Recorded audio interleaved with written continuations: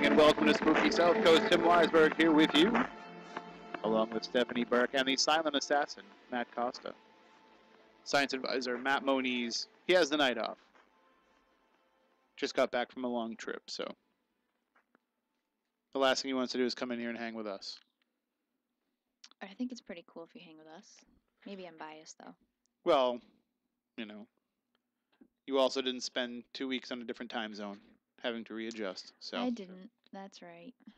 But we're glad to have him back safe and sound in Massachusetts, and we'll be sure to share stories with him about Chicago. I don't know if he had a chance. I told him while he was out there if he wanted to check out anything paranormally related to let me know, because we've got a few friends out there, of course, Ursula Bielski, who runs the ghost tours out there, and a few other investigators that we know out there. I just don't think that he had the time. I don't think so either. So, although he seemed to have a good time from some of the pictures he was posting up. So glad he's home, and hopefully he'll be back with us next week. We are here to talk about the paranormal, as we are each and every Saturday night. We broadcast live here on WBSM and on Spooky TV at SpookySouthcoast.com, and the new and improved Spooky TV with the new chat room. I know you had a problem with it, Stephanie, getting it to load once I started broadcasting. This did not have an issue over here. Let me try again. So I don't know why that is, but I have it going right now, and I can see it. And if you are listening 7,000 high school students. That's my bad. Nope, won't load for me. That was 7,000 high school students who are trying to log in all at the same time. Yeah. That's why you couldn't get in. That's why we're so popular. They crashed the site. So many people in the chat room. So if you listen to the program and you've always wanted to be interactive with it, but you're afraid to call, and I don't know why. We don't bite. Yeah, we're not going to tear your head off. No. I mean, maybe if Moniz calls in, we'll tear his head off. Maybe. Like, well, you can call in, but you can't come in. But anybody else that calls in, we're always nice to the callers. And so, but some people are shy; they don't want to have their voice on the radio. And if that's the case, all you have to do is go to the chat room at Spooky TV at SpookySouthcoast.com, and you can interact with us. And the best part about it is, you can either make up a name, or you can log in with your Twitter. So either way. Well, that's pretty cool. I do like it though if you use some kind of a name. Don't just be random, because if we're gonna ask a question on the air, I don't want to be like user 745835597 says. Right. I want to be able to actually refer to you as something. Plus, we'd like to know who you are. Absolutely. And the funny thing is that you get the chance to do like what I did today, where you go out to. I went out to the South Coast Toy and Comic Show, and you run into listeners, and they're like, "Oh, well, I'm usually in the chat room." Well, what's your name? Oh, my name is Pinky Wiggledoo. I think there was a time way back when. Pinky Wiggledoo. I like that. All that right. should be yours. Way back when, probably I don't know, 4 years ago, the chat room that you guys had, I knew who every person was by their strange name that they had on there, because they were there every single week, and they had such bizarre names. I knew who they were, and it was almost fun to try to figure out who each person was in real life. But which is fun for Matt and I, because we like to go in there under assumed names. We do. You've done that to me on Spirit Connections many a time. That was one of our favorite things to do. And it wasn't even a coordinated effort. We just knew how to do it together. We knew how to kind of swarm in and attack. You guys do a good job. That's true. We're like the killer bees of paranormal chat rooms. We should start doing that to other people's shows. Just going in other people's chat rooms and just causing a ruckus? Not really causing a ruckus, but we should just go in there and just have conversations with each other. Yeah. But it wouldn't make a difference, because that's what everybody does in every chat room. But I know that I have a lot of fun when I go in the 30-odd minutes chat room. There's a great crowd in there. I've never been. That's because you used to be doing Spirit Connections. I know. So, but now you could try. I kind of checked out last week's episode. It was after the fact, though. Of 30-odd minutes? 30-odd, yep. I haven't been keeping up. The last one I watched was the Chris Jericho one a couple weeks ago. Okay. But that was pretty cool. Well, last week was pretty cool. It was Sleepy Hollow. Nice. So it was interesting to watch. I watched a little bit of it. Didn't catch the whole thing, but supporting Andy Lake, so. Absolutely. And Matt, we run 30-odd minutes reruns on Spooky TV, right? We don't right now. We don't? Why? We can, and we will. What, is that it's just a time thing of being able to get them and put them up there? Yeah, pretty much. Okay. But it's not, we're not, we're still friends with Jeff, right? Yeah, he's all right. Okay. All right. Yeah, I guess so. Because he's still we still talk and text every day. Okay. It'd be really awkward if he was Yeah, him and I were cool, but he's I friggin' hate Yeah, Spooky I Southcoast now. can't decide what day to put them on. I don't know what's a good time slot. Well, if you ask him, every day. Yes, multiple times per day. Right. It's like anytime there isn't another show on, it should just be a 30-odd minutes rerun. Sounds about right. That would make him happy. But we have a new show in the works. We're actually in talks with some people from New Hampshire who have a new show, and we're in talks with them about getting it on the network. Seems like it's at least what I've seen. I've watched some of their previous episodes. It looks like it's a great quality program, and it looks like it's done well in terms of technical speak. I don't know if you had a chance to check out any of it, Matt, yet. It is. It's very very well done, and like we don't really have high standards here. No, not at all. And these are apparently they do. So that's which is nice. They're classing up the joint. Yeah, churching it up. Like and that's the thing, if you have a show, if you have a program out there, and you're looking for a place to have it featured, Spooky TV is not like these other online networks. We don't charge anybody anything to be part of our network. You know why? Because it doesn't cost us anything to put it on. Right. Except Matt costs us time, which is worth nothing. Pretty much. Really? Well, you can pay him in kittens, and I'll just take the kittens home. He just wants to see it succeed. That's all. And then when it becomes a success, then he's going to want the big bucks. Yeah, because then he'll take all the sell credit. It like Market Basket. So the bottom line is, Arthur T. Demoulas, if you need a job, we're hiring. We need somebody to download and upload programs to Spooky TV. But I went there today. What a ghost town. Is it? Yeah. Yeah, things aren't going so well. Right.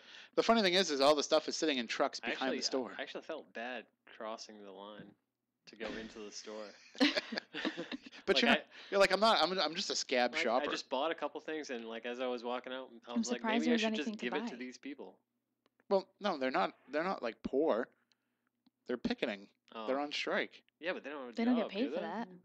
Yeah, but they probably have some money to last. I would think so. I don't know. Yeah, I don't either. You can't get paid that much to work at a grocery store. I have to say, I would love to be able to take a moral and I just felt bad leaving with the groceries. Like I felt just terrible. They're like, hey, what'd you buy? Eggs? Hey, let me see those for a second, and then they throw them at you. Well, it almost feels wrong supporting like- something that everybody else won't. So. Oh, I why are there understand only 10 in this dozen? I think, yeah, you just walk out with the bag, somebody slaps them out of your hand. No, bad shopper. You go to Stop and Shop and pay $75 more for your weekly groceries. I really do think that it's a moral stand is great to take. I can't afford to take one though. No, I wouldn't be able to. Anything happened like that at my company, I'd be like, no, I'm going into work. A couple days maybe. Stick it out. I'd just stand there and shake my fist, like we used to do every day at our old job. Why do I keep coming back here? Damn you, poverty. Mm-hmm. That'll do it. But anyway, so we do have some new programs coming to Spooky TV, and if you have a show and you would like to have it put on Spooky TV, again, we don't charge, so there's no fees associated with coming on the show. The only thing that we ask for is that you actually provide the show. It would and try not to suck.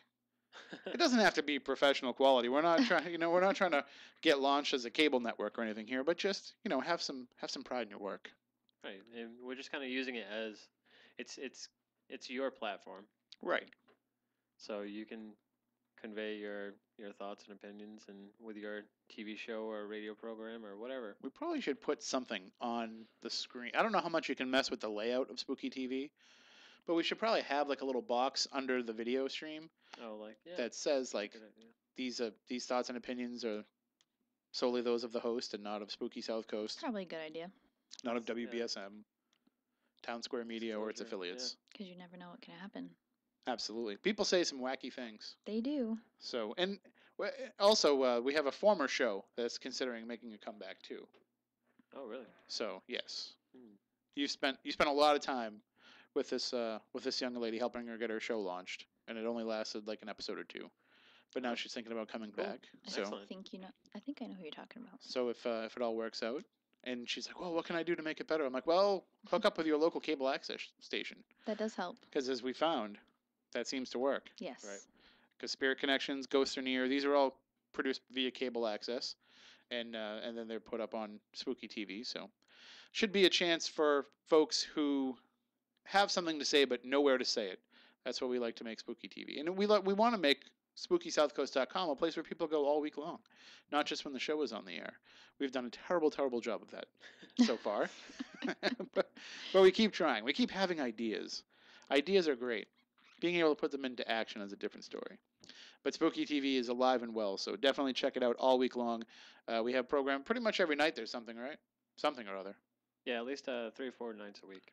So that's not it's not too shabby. I don't think. Yeah, I think we're already doing better than half the networks on actual television. Nice. If that's the case. Although I don't know how I feel about clowns. Well, no, you know how you feel about clowns. I know. I know how I feel about them. I feel bad. You don't know how you feel about us having a Airing show with clowns. Yes. That's all right. The way I see it is if the clowns who are on the flagship show of Spooky TV can make it, so can Chuckles and Laughs. So. It's nothing against Chuckles. I don't know Chuckles. He just scares me a little bit. He does more than scare you. He terrifies you. I did hide behind the table at TerraCon. You were practically burrowing when you saw him coming. I know. He's very nice, though. I've heard that, and it makes me feel bad. But I don't have a thing for clowns. It's just not working out for me. His name's Albert. Is it? That makes me feel a little better. That's really his name? Yes, I've never met a bad Albert. Well, it's good to know. Is he, what about Albert DeSalvo, the Boston Strangler? Oh, well, all right then. Well, I've never met him. You met his ghost. That's true. Allegedly. Uh-oh. You don't remember that? No. That TV show that we did, Conversations with a Serial Killer? Was that the name of it? Yes. I can never remember it. There's clips of it on YouTube. You can actually find it. It sounds familiar, but I don't know if I ever saw it. It was a show that was produced for the UK, so I don't think it ever aired in the United States. Like the True Life Network or something? It was on, I don't know. I don't remember. Living TV. That was it. Living TV in the UK. So if you YouTube search for Conversations with a Serial Killer and Albert DeSalvo or Boston Strangler, you'll find the episode. And it was great because we went to Boston to film it. They went into one of the apartments, one of the apartment buildings where DeSalvo or whoever the Boston Strangler was strangled one of the victims. And the building itself was now a dorm for Boston University. So when we went there, we were told that we weren't going to be in the exact apartment where it happened, but we were in the building because the people who lived in the exact apartment wouldn't let them come in and film. So it's ourselves, it's Chris Balzano, Jeff Belanger, and you had just finished making, like the day before, our first shack hack. Our first cell phone to the dead, as you know. This is going to be a while ago then. Yeah, we didn't even really test it. We hadn't tested it at all. And Uh-oh. I don't even think I saw it in action until we put it on the table in this apartment. Yep. And we don't even know. And so the people behind the TV show were like, well, let's not mention the fact that you just made this. You know, they weren't telling us to lie. They weren't telling us, say like you've been using these forever and that you're, an expert at ghost boxes, but just don't say, we've never used this before. Mm-hmm. So we're sitting there trying it out, and we have no idea. Like, our ears aren't attuned to it at all. And the two hosts, this is the first time they've ever seen one of these things. So we're sitting there sharing these stories about other things that we've heard come through the boxes. And it's like, oh, really, really? And I was like, yeah, but not on this box. Mm-hmm. We don't know if this is going to work yet. And so we're sitting there, and we're trying to contact Albert DeSalvo. And we think that we caught him. And I don't even remember anymore at this point, like, exactly what was coming through. I do remember that it was giving us responses, but we were getting a lot of yes-no responses. Did we get, like, a little bit of a Red Sox game? Well, yeah, the Red Sox were playing, which is another story that I'll tell you in a second. But the Red Sox were playing, like, a block away from us. And every time we would be like, where are you from? Boston. Mm-hmm. Well, of course, because they say Boston's coming up to bat next. Right. Boston's 3-2. And so all this... just the line of questioning was not preferential to it. It's not how I would do a ghost box session now. Right. And I don't even necessarily believe that ghost boxes actually work the way that we think that they work. But if it does work, I have had some pretty phenomenal experiences with them. Right. I can agree with that. I just don't know that I really think that ghosts are grabbing the words that they want to use. I've heard words come through it that aren't from the radio. Yep. So I think that it's just a way for them to communicate, and it doesn't have to be from the broadcast. I agree with that, absolutely. So all we were getting that night was things that were from the broadcast. Mm-hmm. And if you go back and you watch it, you can kind of see like a lot of it was done with editing, the way they make it seem like it was like snap, snap, snap. It wasn't like that. It never is though. The best part about this though, across the street from the apartment building was a falafel joint. And I had never had falafel before, and I was hungry. I was like, I want to go get some falafel. So I go over there, and I think, who was it? You? Someone was there with me already. The sound guy is running back and forth, like loading up the equipment from the car across the street into the apartment. He's crossing the street, holding some equipment at one point, and a car hits him. What? This big SUV hits the sound guy. And this guy's from England, so he doesn't know how people drive in Boston. It was like National Lampoon. Right. Oh no, just only a fresh road. It's okay. Yeah. So he. Good. Oh yeah, family on vacation. Yeah. So he goes down. I assume so. It wasn't a hard hit. I mean, it's a lot of traffic in this area because it's right around Fenway, so nobody's moving fast. But the guy was moving pretty well. So he hits the sound guy. He goes down. The guy gets out of the car. He's like, "Are you all right?" Yeah. He's like, "All right, well, can you get up? I'm trying to get over to the Red Sox game." That's awesome.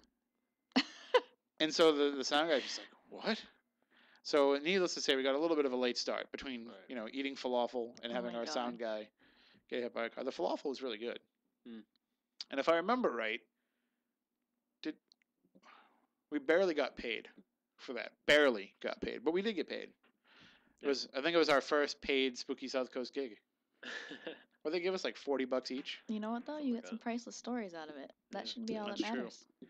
And we got to meet some nice people.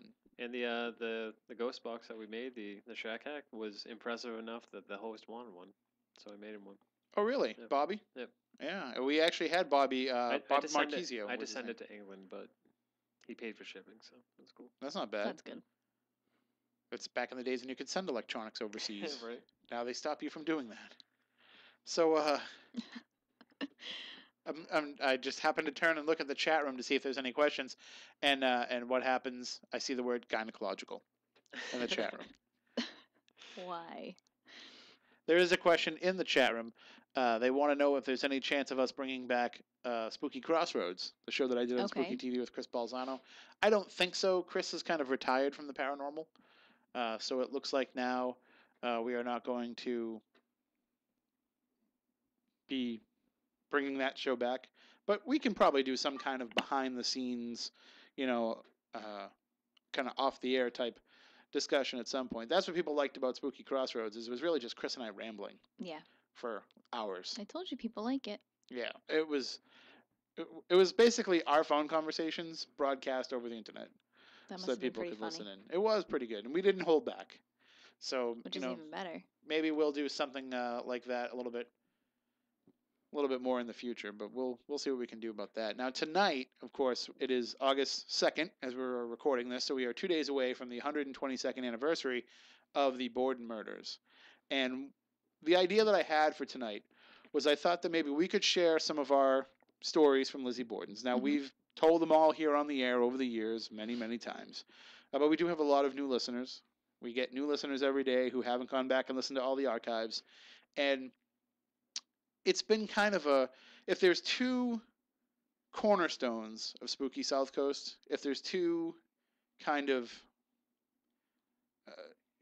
like the North and South Star of the show that drive us in either direction, I have to say one is Lizzie Borden and one is the Bridgewater Triangle. Those two... It's pretty good. Those seem to be the two things that we always go back to again and again. We have an annual show every year where we send teams out into the Bridgewater Triangle, and we have usually one show, sometimes more than that, a year where we discuss the Borden case in some form or fashion. Right. So these are the two things, and they're both unique to our area. So there's no other paranormal show out there that can cover those two topics like we can. Plus, I think even if you wanted to get away from it, it'd be impossible. Right. It would find you. Really, and so much of what we do ends up being tied back into those two topics one way or another. So we've been able to have a number of experiences in the Borden house over the years. We've been there probably more than anybody else. Right. And so we have a pretty unique perspective.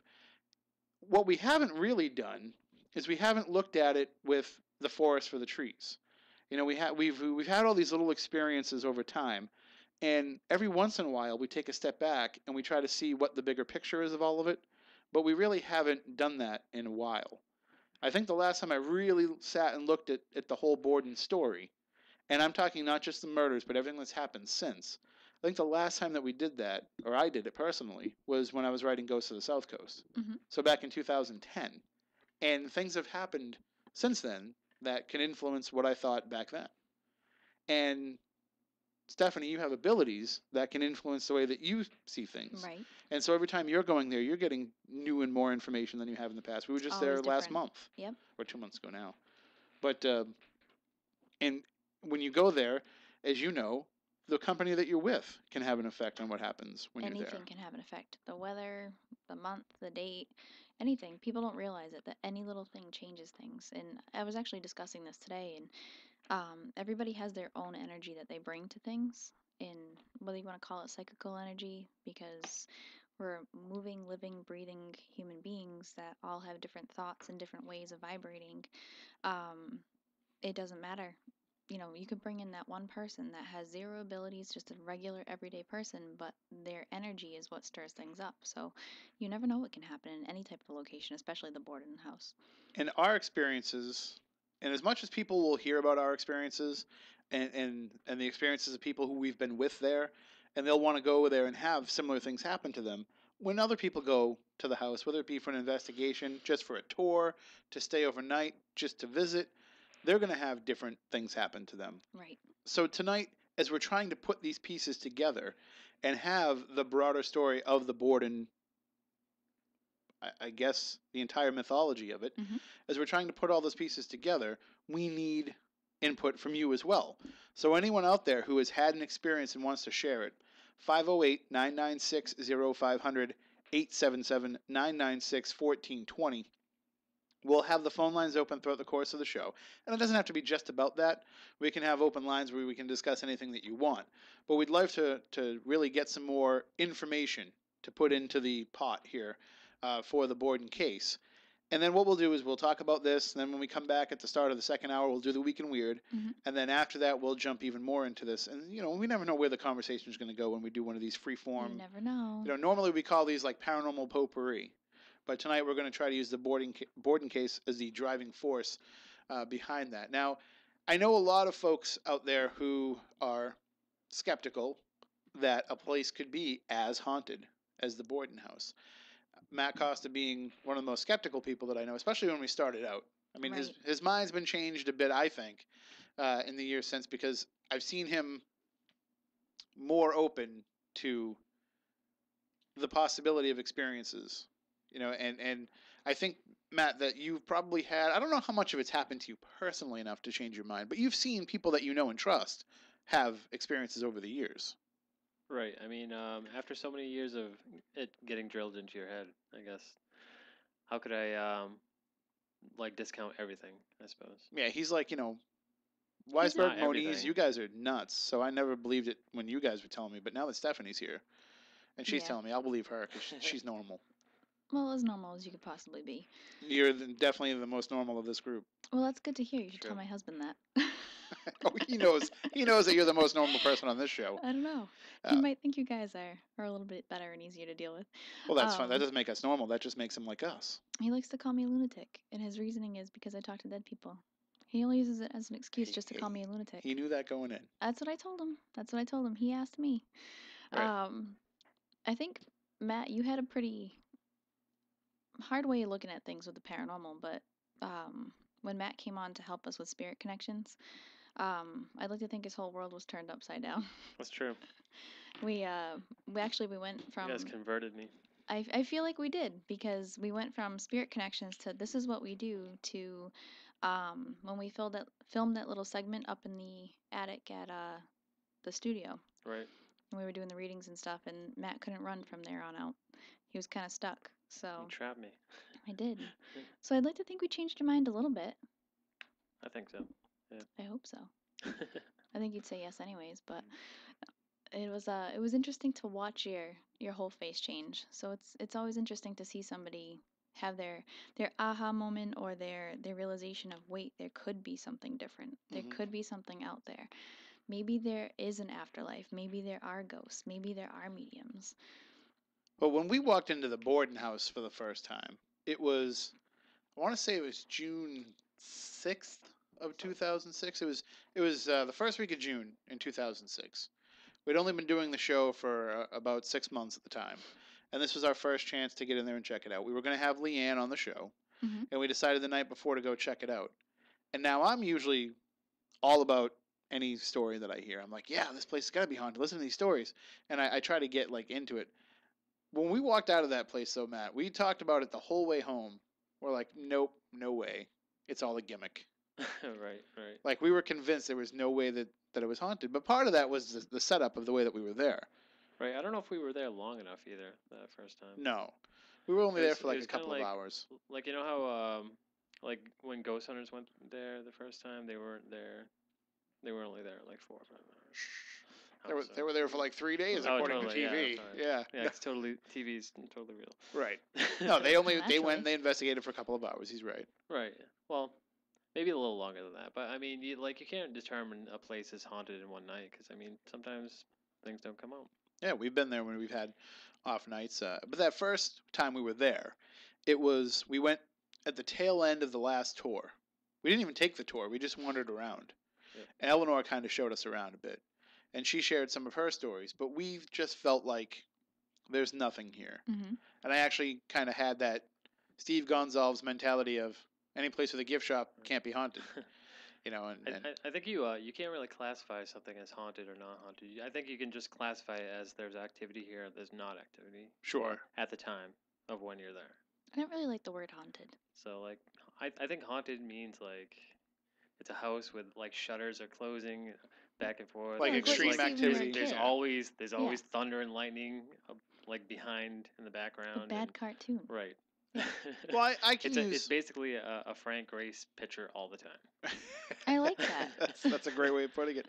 I mean, I like to use haunted to refer to a place that's regularly active. I guess we could say. Maybe we should eliminate the haunted word and start using something along those lines. Regularly active or significantly active. And when we walked in there the first time, I didn't feel any of that. Now I suppose I've had to modify this over the years, and I've said I can't really feel or sense anything. Mm-hmm. I think that's changed. I think that I can so kind too. of walk in. I mean, I was talking to you today about the place where I was at, and I was like, I don't like the way that I felt in here. Right, and your feelings were 100% accurate. So, I mean, I guess I'm becoming a little bit more attuned, and you can't help it doing it when you. No, the more you open your mind to it, the more it finds you. It's like if you watch enough football, you kind of learn about football. Right. So being there that first time, we walked out of it saying, nope. But we were still open to the possibility. We just didn't think that it was the case. And it wasn't until we went there a few months later for Jeanette's birthday. One of our loyal listeners from the very beginning came all the way out from California for her birthday, rented out the entire Lizzie Borden house, and we basically had it to ourselves. It was us, her, and the other husband and wife team, Tammy and Mike. I think they were the only ones there in the house. And things were happening. And that's when the leg lift happened for the first time. Oh, really? And that's when I was kind of like, all right, I know that wasn't me. And even if it was me, subconsciously, and I wasn't actively trying to lift my own legs, it's happened to enough other people. People that I know would never do it just based on the power of suggestion, that I'm convinced that there's something to it now. Do I think that it's definitely a ghost that comes over here and grabs your legs and lifts them up? I don't know. You had it happen to you, Steph, and you would know if it was something there holding your legs. Do you get the feeling that there was a presence there that was doing that? I remember, it's been a while now, but I remember I may be a medium, but I am one of the biggest skeptics ever. And I always look for a way to debunk something, or if I hear a story, I'm sent a video, I'm sent a picture, anything like that. I look for a reason as to why it happened before I even go into the paranormal aspect. So when you asked me to sit down and try it, I thought to myself, there's no way. There's no way this is going to happen. He's pulling my leg right now in the nicest way that I can put that. And, he's just screwing with me. Pun completely intended. Yeah. So, when I did try it, I remember feeling like there was something that was pulling up on my shoelaces or pulling up on like my pant leg. And in my own head, I'm thinking, this is not happening. And I remember thinking to myself, making a connection with the spirits in the room. Okay, if you are in here, let's make this happen. Let's do it. Don't be afraid. And it actually did happen. And I remember feeling like a tug. Do I think that they held it there the whole time? I don't know, but I think they had something to do with it actually moving. So I guess we'll never know. But I remember feeling like that was probably one of the like top 3 most bizarre moments of my life. Well, I always tell the story to folks when we take them there on a Legend Trips event. We never really timed anybody's leg lift to see how long it goes, and it's different for everybody. I mean, sometimes it takes longer for it to happen, sometimes it doesn't happen. Sometimes it happens right away and it lasts a few minutes, sometimes it lasts a long time. I remember your situation being that somebody was running a tape. Okay. And they had just put the tape in when you were starting the session. So, and yours went up relatively quickly, I remember. I can't remember. It was pretty close. And they ran the entire tape. Okay. With your legs out there. See, to me, it feels like it was like 10 minutes. Right. But everybody else had said it was so much longer. It went this amount of time, and I wasn't the only one. I remember like a younger guy next to me, and he did it too. And it took a little while for his to go up, but he was laying there just as long as I was. Right. So it wasn't just me. And I think it was a 90-minute tape. That's crazy. Back then, we didn't really do a very good job of moving people from. I was gonna say, how long? I think I was in the last group. Because that wasn't a Legend Trips event. That was a Spooky Southcoast event, right? That was actually the original. Well, the original was the Paranight, but it wasn't called Legend Trips. This was the first one under the Legend Trips name. So the very first one probably wasn't run the same way that we do it now. So, because that was when we had a full-blown dinner and. Oh right, yeah. And that the schedule got completely blown out of the water by that, right? So then maybe it wasn't 90 minutes, and maybe it was 45 minutes then, if it was. Still a long time. Right. It's still way longer than anybody could ever hold their legs out. Right. Like that. And I have horrible arthritis in both of my knees, so there's no way I would have been able to do that. And they were straight out the entire time. It wasn't like they started wobbling. Right. And if you try to hold your legs straight out like that, It's impossible. They're gonna start to drift and fall. Your muscles will cramp, and it's painful. And the way that you lay in the bed. And for those who haven't seen, if you go on YouTube and look up scariest places in America, look up 30 odd minutes, all those, the stories are explained and all that.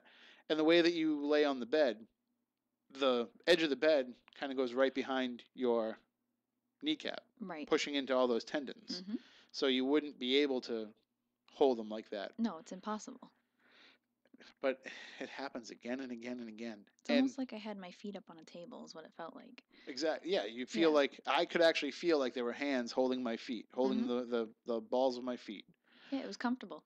And the one thing that I've always wanted to try too, because again, even though I felt that, I can't say for sure that there is definitely a ghost there holding my legs. One thing that I've always wanted to try, and I should talk to Leanne about doing this maybe in the off season, but I want to try moving the bed. Okay. To see if it's like a different position. Yep, just move it, maybe twist it around, or even just a few feet. Because what if it is something physical within? Maybe it's like just one of those weird, what do they call it? Like a gravity hill. Yep. There's one of those in Sandwich on the Cape. So maybe it's something along those lines. I don't know. I know that in Bridget Sullivan's room, which is just down the hall from that room where the leg lifting happens. It's a weird room too. Because of the way that the ceiling goes one way and the floor goes the other. It can give you that weird perception. Yeah. Maybe that is something that's also causing what happens with the leg lift. I don't know. We can do different things, bring levels in and, see. I have seen handprints, though. That's what freaks me out more than anything. Remember the last time that we went? It was weird. You can see the fingers grabbing someone's leg or grabbing someone's shoe. And you almost wonder if your eyes are playing tricks on you. We tried all different lights. We tried red light. We tried regular flashlight. We tried with the lights on, lights off. It looked weird no matter what way you looked at it. So I don't know, Matt. I gotta ask you, what are your thoughts on the leg lift? Because you've never had it happen to you, have you? No, I haven't. I tried it a couple times, but it never. I don't know. I don't know if my feet stunk or whatever, but maybe. Probably. I'm gonna go with just got a great quote. Like, whoa. Was that you? Is that you in the chat room? No, it's not. Okay, because we just got a great quote. in the chat room. There's never a science advisor. There's never a science advisor when you need one. That's so perfect. Great job, Carlos Danger. Should be a bumper sticker. That's going to be the new T-shirt design if we ever get more T-shirts. I like that. So that was kind of the first big story that came out. Now, how does that factor into the Borden story? We've found a way to kind of make it fit to some degree, because there's the story of how before the Borden family lived in that house, there was a relative of Andrew Borden who lived on the property, right. and that she actually murdered 2 of her children. I tried to kill the 3rd one, didn't succeed, but then went upstairs into the attic of her house and slit her own throat. It's a very tragic story. She drowned the two children, and this is confirmed. There's newspaper stories about it. Leanne has actually given me copies of the newspaper. It actually legitimately, I actually have it tucked in to my Lizzie Borden source book at home, which is every article on the case from the newspapers at the time. So I tucked that into there so that I would never lose it. And it really happened. So a lot of folks think that whoever is doing that is the spirits of those 2 children. But I've also seen it happen in such a forceful manner that I don't think that it's kids. I think it's something beyond that. I think there's something beyond all of that in that house anyways. Well, that's something that we're definitely hint, wink, wink. going to get into. I mean, the other possibility too is Michael, the former caretaker, used to stay in that room. Okay. And when Leanne and her partner Donald took ownership of the house, he had worked there for the McGinns, for Martha McGinn, who ran it as the bed and breakfast previously. She had inherited it from her grandparents, and when Leanne and Donald bought it, they didn't need Michael's services anymore. And just getting started off as business owners, they couldn't really afford to have him on. And he actually passed away not long after losing his job there. He apparently, from what I've heard, he was smoking in bed. I did hear that. Started a fire, and he passed away. So his spirit is reported as being in there. He was actually one of the first spirits that I made contact with in that house. Really? Mm-hmm. And I remember thinking to myself, because of course, growing up in the area, you hear all about the Borden house, all about Lizzie Borden legends, all about the characters of the house. And when I made contact with someone named Michael, I had no idea where that even fit in. So I thought maybe it was something personal for somebody that was there. And when they brought it up, they said, no, that's the caretaker. So it was one of those moments that kind of freak you out because you realize you're right, even though it doesn't sound right to your logical mind. But yeah, he was one of the first that I made contact with. We do have a call on the line, and again, the number is 508-996-0500, 877-996-1420. If you would like to call in and share any of your Borden experiences or anything else that's on your mind. Good evening. You're on Spooky Southcoast. Hey, Tim. This is Bill. Hey, Bill. What's going on? Not much. I've been to the Borden house 5-6 times now. There's been times that I've felt nothing, like you said earlier. There's been times that we've witnessed things that we weren't sure what was really going on, but the last time we were there was April. We rented the whole house out with another small investigative group. We were doing our normal thing, going around, checking with our meters and stuff. Mm-hmm. Right by the dining room, when we heard the back door open, footsteps, the back door closed, we assumed it was Leanne coming in to check on the house or grab some cat food for the cat. Me and another guy walked over. Nobody there. Wow. It was crazy. That's happened to us too. we've had that happen as well. But we weren't on the same floor. You guys were on the same floor? We were right outside the dining room.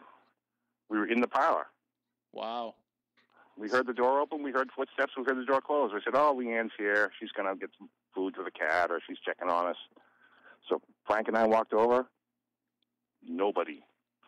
And for those unfamiliar with the layout, that would have meant that there's only 2 ways that somebody could have gone if they'd come in that back door, really. I mean, one would have been to come right by you, or it would have been to go up the stairs. And if they went up the stairs or if they went down the basement stairs, you would have heard the basement door open in order for them to get down there. And if they went on the stairs, you would have heard them walking on the stairs because those are some of the noisiest steps I've ever heard in my life. Yeah, you know it, buddy. You can hear the cat walking up those stairs. Right. It was crazy. And when you're doing it, I mean, when you're there and it's happening, it's you want to try and figure out every possible explanation that there can be, but you end up with only ghosts left as the only possibility. What I was left with that night was there was no explanation for the noises that we all heard. We heard the door open, we heard footsteps, we heard the door close, and we walked right over there, and there was nobody there. There couldn't have been anybody there. There couldn't have been. Now, was that the only activity that you had that night, or was the house active in other ways? That night we experienced some really weird temperature shifts that did not register on our equipment. We all felt cold air, but our equipment did not show any fluctuation in temperature at all. And you said this was in April? Just past April, yes. So it was before the season even started, so it wasn't like the air conditioning was running or anything? No, it was a comfortable night. The windows were, some of the windows were open. It was a breezy night. But one of the rooms, we walked into the dining room. I'm sorry, the dining room. And we could feel like this forceful, cold air coming at us. And it was right before the door opening event. That's incredible. Well, I can tell you that when we had our, and I'm sure you've heard this story yourself, Bill, but for the benefit of the audience, when we were there, it was just myself, Matt Moniz, Jeff Belanger, Chris Balzano. I don't think, were you there, Matt, that night? No, I don't think so. The night we were in the basement. We were all in the basement, and we were filming something, and we heard the same thing that you heard. We heard the door close. We heard footsteps walking across the floor. We thought somebody had broken in because Leanne wasn't there. She wasn't even at the house that night. We had the place to ourselves, and we knew that if anybody had walked in, we were screwed because we're the ones that have to deal with them. So we ran upstairs immediately because we thought somebody had decided to walk in, or we thought the door was locked, so they'd broken in. And so we go running up there, and there's no one there. And there's no way they could have gotten by where we were. We would have seen them, or we would have heard them. I do remember that story, and I didn't believe it until I experienced it myself. So there you go. We have, two different nights and two different groups of people experiencing the same phenomena. That's as close to repeatability as we're going to get, I think. Nice talking to you, Tim. All right. You have a great night. You too. And we are just about out of time for this hour. We have about 2 minutes, but before we take a break for the news, and we will pick this back up after the news, we'll talk the Week in Weird for a few minutes, and then we'll jump right back into these Lizzie Borden experiences, and we'll get really into the meat of what we think is going on and try and dig a little bit deeper into the story. But we welcome your calls as well. 508-996-0500, 877-996-1420. But I want to let everybody know that we only have 13 tickets left for our next Legend Trips event. That's awesome. It's making me uncomfortable because it's the number 13. That's my favorite number. So we need somebody to buy at least one, though, tonight, so that I can sleep better. Okay. Somebody just buy one ticket so that it can be 12 and I can go to bed. I have a thing with, it's not 13 that bothers me.